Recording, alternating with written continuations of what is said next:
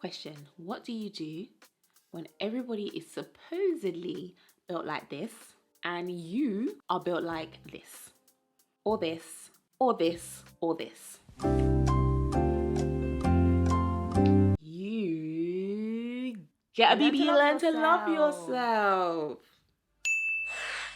Hey guys, I'm Adella, and as always, I'm here to try and spread a bit of encouragement with a sprinkle of education and a dash of shaking the table. Today, we are talking about body image, so strap in your fupas because it's gonna be a bumpy ride. I have a fluffy belly. All right, I'm gonna start with a quick fire history. I'm gonna go back 100 years and I'm gonna share with you a quick summary of what the popular ideal body type was of that decade or that period. I'm gonna put my glasses on for this one. Let's go. The 20s, boyish figure, flat chest. The 30s to the 50s, small waist, hourglass figure, curvy, think Marilyn Monroe.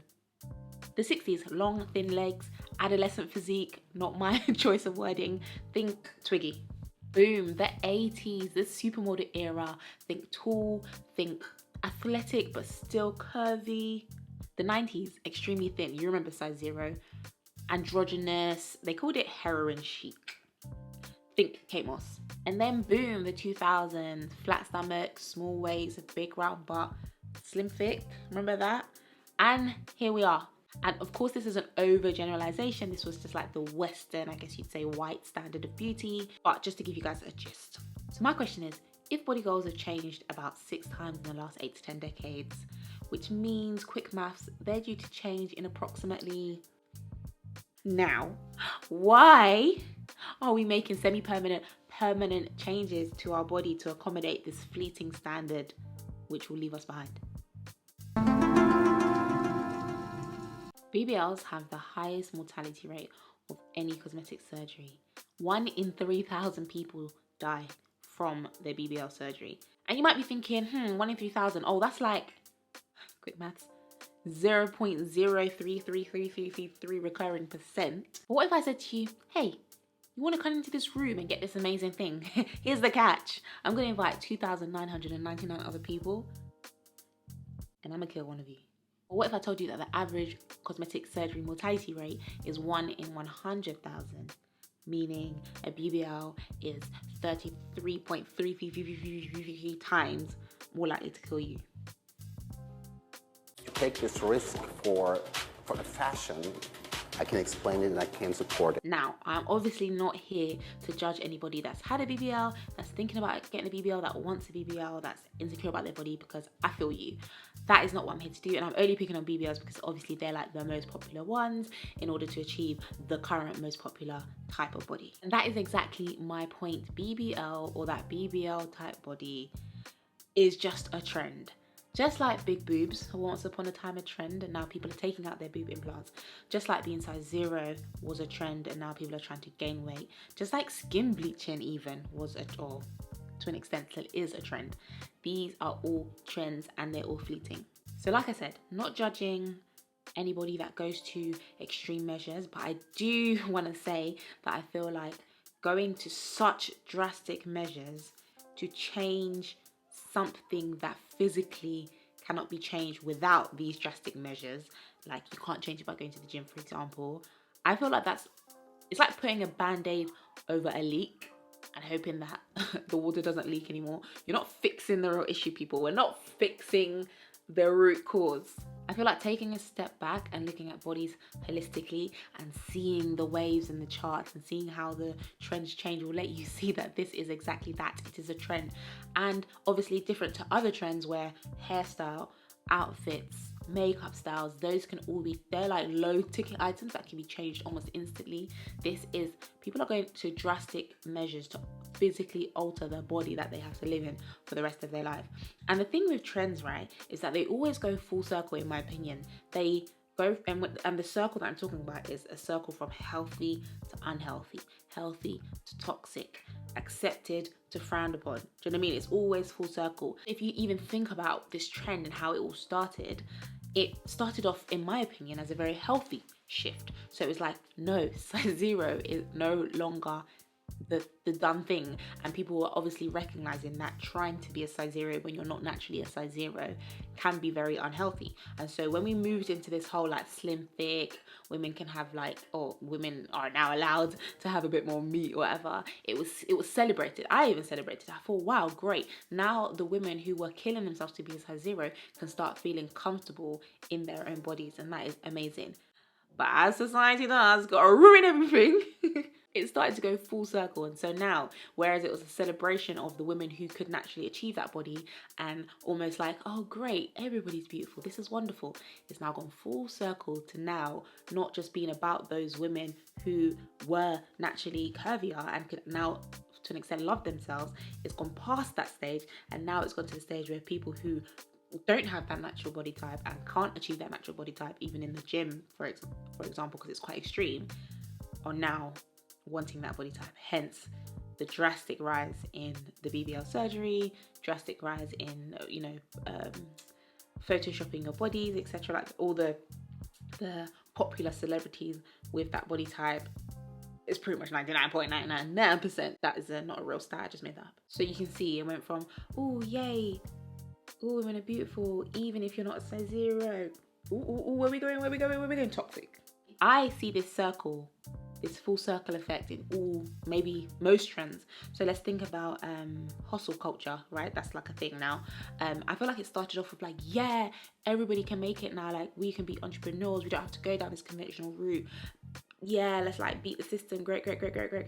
Toxic. Now everybody wants to glorify working 1,000 hours, glorify bad mental health, glorify being tired and overworked. It just, could we not just stop here? Same thing with, I'd say, the girl boss. That's another strand of hustle culture, is the girl boss mentality. It started off great. Wow, empowering women. Wow, I'm seeing so many more women in entrepreneurs. Oh my gosh, great.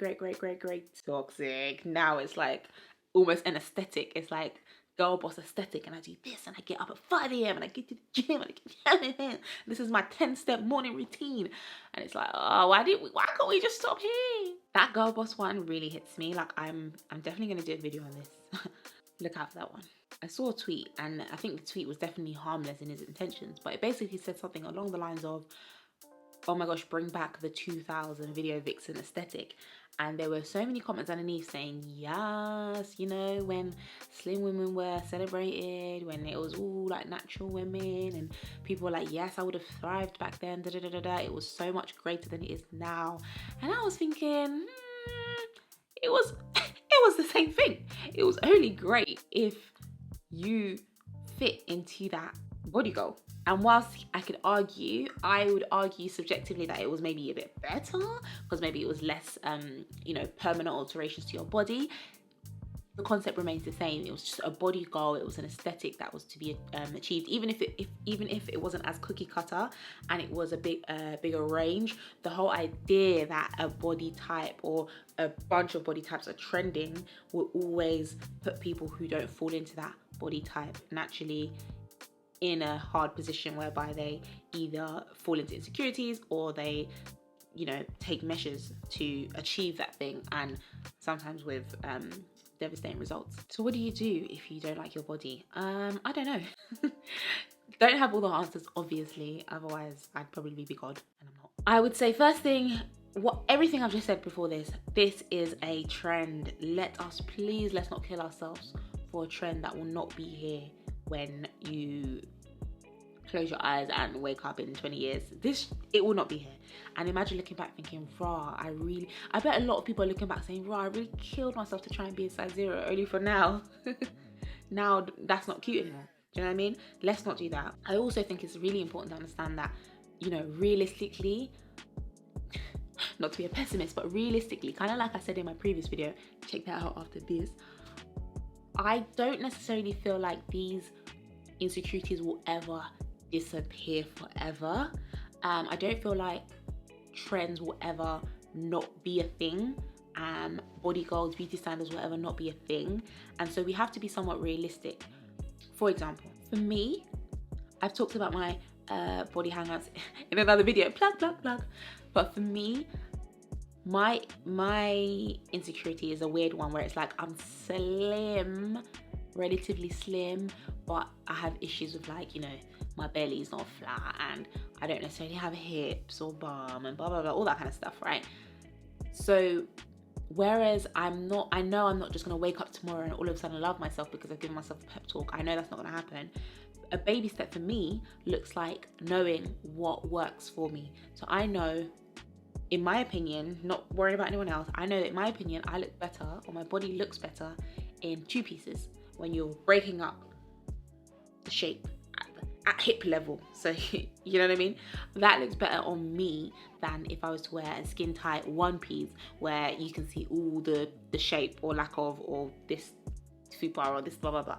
I know what works for me, and for me that's a baby step, because what I think is the more times I look in the mirror and love what I see, the more times I look in the mirror and love what I see. So rather than trying to fake this confidence of, no, fake confidence, that's good, but instead of trying to fake this fake reality that, oh no, I'm gonna wear this bodycon dress and I love how I look, because I know in my head I don't, I'm actually gonna wear things that I think flatter me often enough and baby step my way into other things. Does that make sense? I hope that makes sense. I really want this to come across correctly. I'm not saying don't ever wear anything because you feel like it doesn't suit you. What I'm saying is, if you want to take baby steps like I do, I just work with what I know or I think works for me, even if my reality of myself is warped. Forget what other people say. I'm wearing what works for me, and I'm loving it so often that my confidence level is just going up and up and up. And I imagine before I know it, I'm gonna be rocking out in there 1 piece and I'm gonna be like, you look buff. I can't do a video about saying buff. So does that make sense? While doing that is technically me not fully 100% being comfortable with my skin. I understand that. For me, that is a very practical baby step. Another thing I would say is milk those moments. I would like to think that most of us, if we have sort of any body insecurities, there are times when we really do feel good, or we feel better than we felt before. Do you know what I mean? Like, it might be, you know, first thing in the morning, belly on flat, or it might be you're in your PJs and you just think, oh, this is a cute look, you know, like sweatpants, hair tie, chilling, whatever it is. There are times I feel like we feel quite cute. Milk it. Milk it. Soak it in, like dance around in the mirror, take pictures of yourself, take a couple of thirst traps for yourself. Like, do whatever it is that you need to do to really bask in that moment, because you need to sort of, it's so easy for us to hold on to the negative thoughts. So you might see yourself in the mirror and think, ill. Your brain, I don't know what's the scientists? I don't know what the science is, but you're really gonna hold on to those moments. But what you need to do is intentionally hold on to the moments when you feel good. Trick your brain, basically. Lie to yourself. It's not a lie, it's the truth. But trick yourself into having that feeling more often and really loving your body. Your body. And finally, we are doing full circle again, back to the trends. But again, remember that this is a trend, but your body is for life. Like I said in my last video, this body that we've been given is like our protective shell on this earth. It's like carrying us all the happy memories, everything amazing you've done in your life. Your body has carried you into those memories. So really remember that your body is worth more than a fleeting 5-year, 10-year, whatever trend, because honestly, we don't know where these trends are going to go. I could have gone further back in that education piece and really outlined times, ancient Greek times, ancient Roman times, when Victorian times, when big voluptuous women with like rolls, there's none of this hourglass, none of this size 0. That was a trend once upon a time, and who's to say that trend is not gonna come back and do full circle? And if it does, big up to you to you man who have that body type, because you will really thankfully feel encouraged. But then what's gonna happen? Healthy, toxic. And what we're gonna see, I don't know, like people killing themselves to put on 10 dress sizes. We don't know. That's the point I'm trying to make. We don't know. It's a trend. Trends are just dumb. Some trends are just dumb, and we can't kill ourselves for these trends. Again, not judging anybody who feels so strongly about what it is, whatever it is, that they want to take drastic measures. You just have to know, you just really have to have this conversation with yourself before you make such decisions. But I really hope that this has encouraged you guys. Let me know down below what you think, if you have any additions to this, any questions, any videos and other sort of areas within this realm that you'd like me to touch on. Feel free to leave that down below. And like I mentioned a few times in this video, I did recently do another similar sort of video essay like this on beauty standards and the feminine beauty ideal, touching on, you know, the history of it, how it stems and how it's come about, and basically just encouraging you in the same thing, that it is a trend and we really can't kill ourselves for these trends. And I gave a few points on how I think we can work on becoming more confident overall. And not to say we can't enjoy the trends, we just can't let them ruin our lives and our mental well-being. Like, comment, subscribe guys, and I'll see you in my next video. Bye.